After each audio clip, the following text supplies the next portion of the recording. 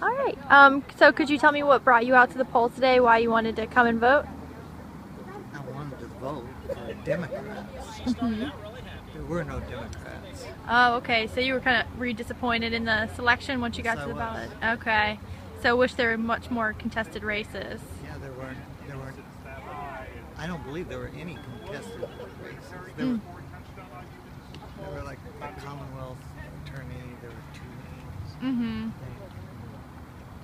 A couple of the other ones. Yeah.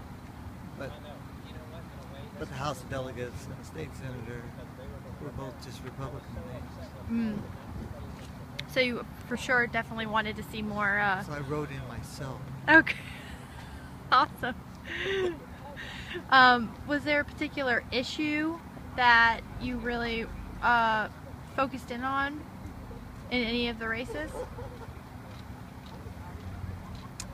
I am against all of the way that they're building up the counties without any of the infrastructure put in. You know, I've lived here for 16 years, and Courthouse Road has got all kinds of construction going on.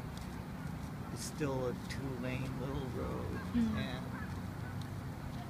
it's, they're just going through and just wiping out all the trees, putting up all those ugly houses. And also, you know, I know that people want places to live, but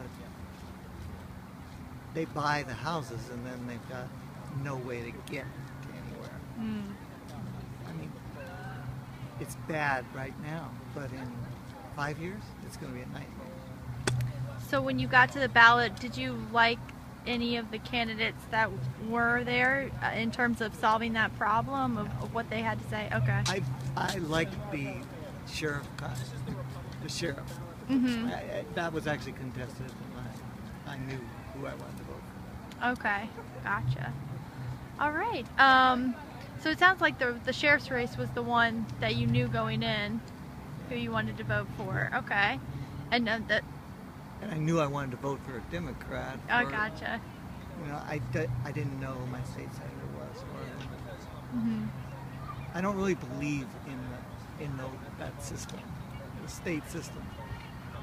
It's just me. You know, I think we pay a tremendous amount of taxes to have a whole separate system, House of Representatives, House of Delegates, and state Senate, like U.S. Senate, and they make a lot of money and they make a lot of decisions, but nobody knows who their state senator is. Do you know who your state senator is? You do? Okay. Well, good for you. So you think it should just be federal and local? Yeah, I do. Okay, gotcha. So cutting out that layer of state.